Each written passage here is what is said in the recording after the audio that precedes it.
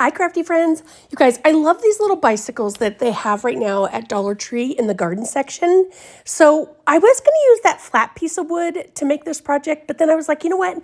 No, I want to use this box frame. Okay, so you can see that was super hot. I was trying to get that top part off of it because it's just a frame that I've had forever. So I'm going to flip it over.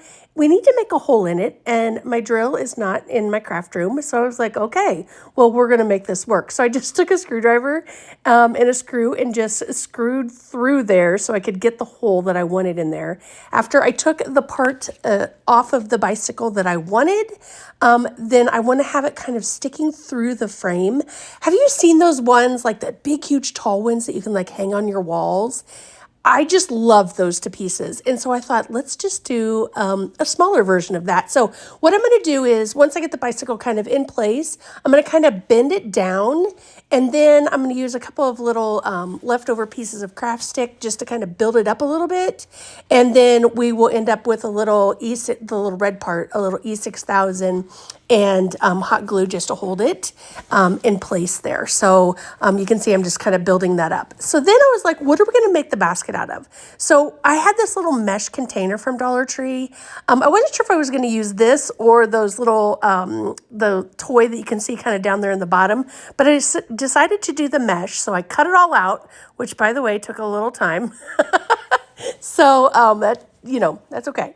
And then I used a little piece, leftover piece of wood, and I'm just kind of forming the basket around it. I wanted it to be more rectangular rather than a square. And so I just kind of started playing with it. Now, the way this mesh came off, it's not tall enough on the side. So I cut out another little piece and then used some of that Dollar Tree wire and just kind of wired my sides in. And since we're going to be spray painting this, I'm not worried it's just going to look like it's kind of like sewn in on the sides. I'm not worried about having that look a little bit different. It'll just look like that's how the basket is. And then once we add the spray paint, even better. So since I was kind of building this on there, I needed to cover up my bottom part of the frame because I didn't want that to be spray painted.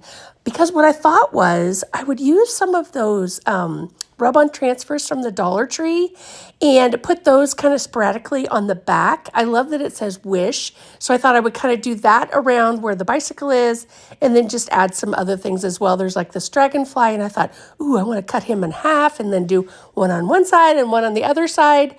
But one thing I did once I got this all said and done, I should have scooted it out farther and not had it as close to the bicycle just because you can't see it as well. But that's okay. Lesson learned. So you wouldn't have to do this part. You could always just paint the background or something like that. But I still absolutely love how this turned out. Look how cute. I love a good project. All right, friends, thanks so much for watching. And don't forget to follow the page for more.